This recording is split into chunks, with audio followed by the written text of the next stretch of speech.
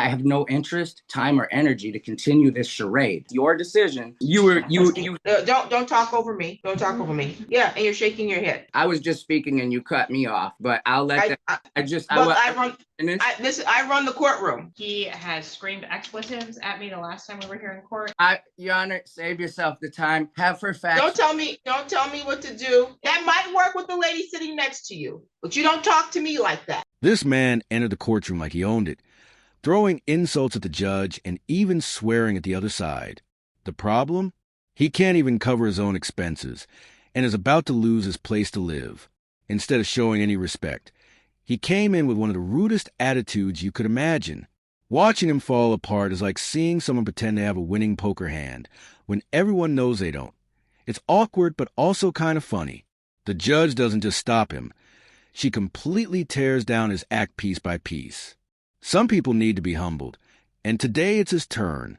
Share in the comments how you think arrogant people like this should be handled. Let's dive in.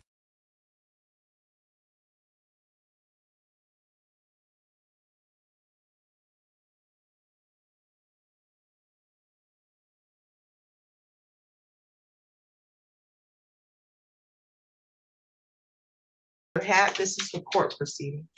Today was the date scheduled for a discovery or a debtor's examination. Were you able to complete your exam? No, Your Honor. Mr. Carson refused to answer any of my questions. He said he's not going to play games with me.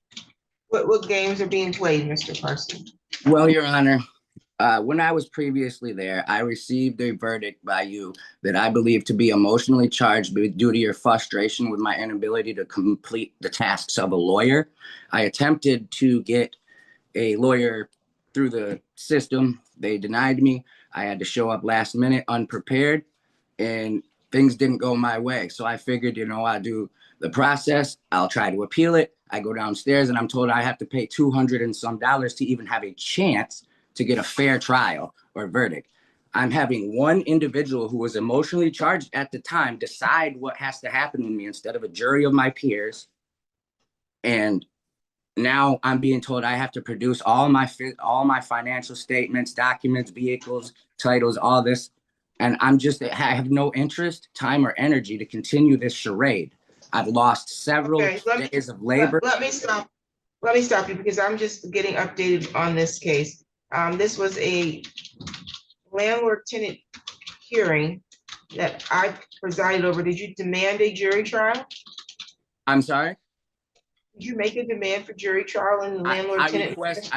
I requested, yes. You made was there a demand on in written?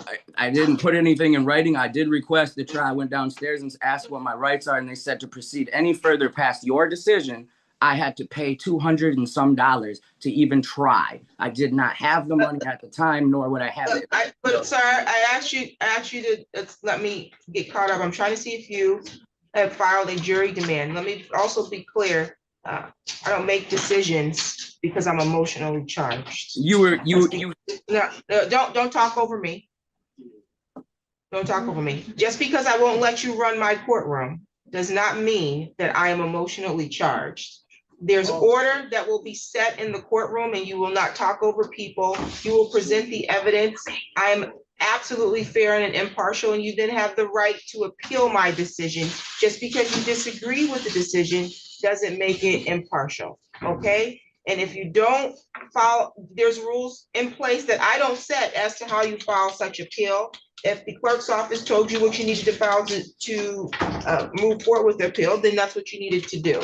But I'm going to make it clear on my record that I did not make a decision in this case based on any emotions. I have no reason to be emotional about your eviction, sir. I'm not being evicted. So if you keep talking over me, this is probably what you did the last time. It's try to cut me off. Yeah, and you're shaking your head. So that's not me being emotionally charged. That's me not allowing you to run my courtroom. You don't talk over people. You have a question. Yes, I was just speaking and you cut me off, but I'll let I run the courtroom. Okay, I understand. Did you notice that? May I finish, Your Honor, please? Yes. Okay. At the time of the last proceeding, I interrupted you. I apologize. But the second or third interruption, you stopped me in the middle of my sentence and awarded them the decision. You know what? You were like, you know what? Decision for them. You didn't specify why. It was just an emotionally charged because you were frustrated with my inability to complete the tasks of a paid lawyer. Noise, loud, irritating, and totally convinced he's the smartest one there. He keeps interrupting, even cutting off the judge, like he's running the hearing. If he actually understood the system, he'd know talking over a judge is basically destroying your own case. It's not just anger, it's pure nonsense. No facts, no reason, just nonstop rambling. You'd expect him to realize he's only making things worse, but he doesn't. What's impressive is how the judge responds. He's clearly trying to push her to lose her temper, but she stays calm, steady, and professional. That alone takes real skill, because if a judge snaps, the defendant can sometimes use it later. Honestly, it seems like his whole plan was to make her angry and wreck the hearing, but she didn't fall for it once. To me, she's one of the most composed judges I've seen, and it proves why courtroom outbursts never help. Judges don't play along.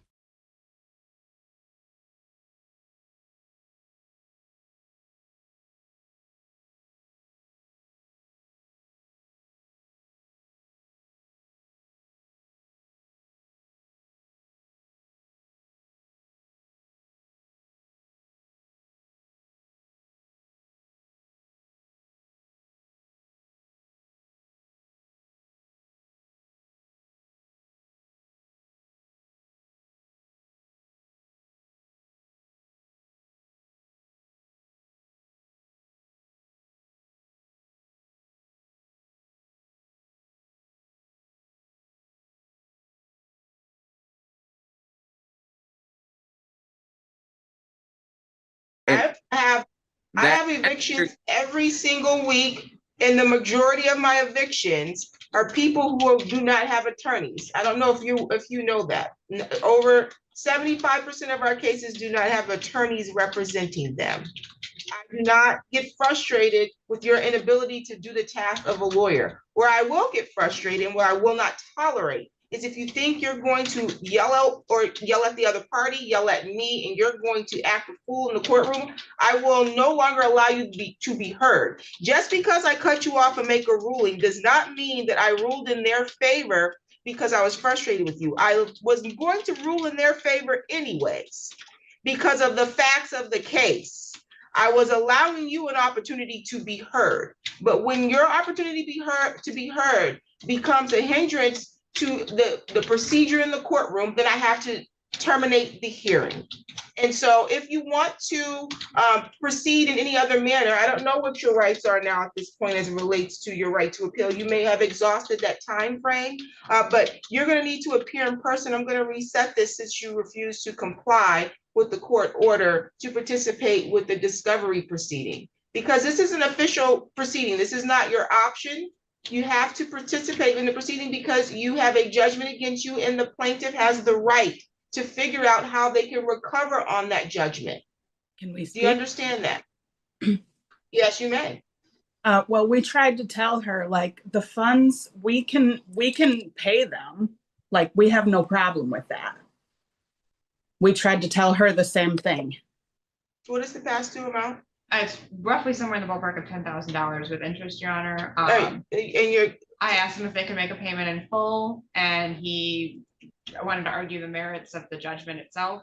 I never heard an indication there would be a payment in full. If there's some sort of payment plan, I'm happy to discuss that once I get my questions answered, because they have made no efforts to make payment on this, never reached out. We've tried multiple different avenues for the information that we did have on where we thought they banked and where we thought they worked. So I would need answers to all of the debtors exam questions, and then I'm happy to work out a payment plan. In the event of a default, then I can pursue other arrangements. okay. Are you in a position to pay in full the past due amount? I'd prefer a payment plan. I would like to see what the interest is and what the original charges are. I was never actually formally presented with any numbers, despite what she had just told you. There, until we were physically served for this court date, I had heard nothing other than a couple of emails where they were denied requests to garnish. Yeah, we haven't received. That is literally the only thing pertaining to the case I have seen since I walked out of your courtroom, attempted to file for an appeal and was told I had to physically come up with money to do so that I didn't have at the time. So I at no point was ever given a fair trial. I was given an opportunity to pay for one potentially. But I've received, like, the judgment is for, you gave them and rewarded them things they shouldn't have had. We weren't there. Like, If you disagree with the court's position, you have the right to appeal. You failed to do that. I also want to correct the record again. You did not properly file any demand for jury trial, although being advised on your first appearance of how you have the right to a trial and how to file such jury trial demand. You did not file a jury trial demand. So if you didn't get a trial, that was on you. Then I guess I misunderstood, and that goes back to me not being a lawyer and wishing that I had. That does not go back to you being a lawyer. We made a video. We make a virtual presentation. It's a video that I play, and every courtroom in this court plays that video at the first appearance. Most of you all don't pay attention to the video. It tells you very clearly in very plain language, you have the right to a jury trial. And you can make such demand for a jury trial, and it tells you how to do that. You don't need to be an attorney to do that. Sorry, go ahead. I'm done. Can she produce an actual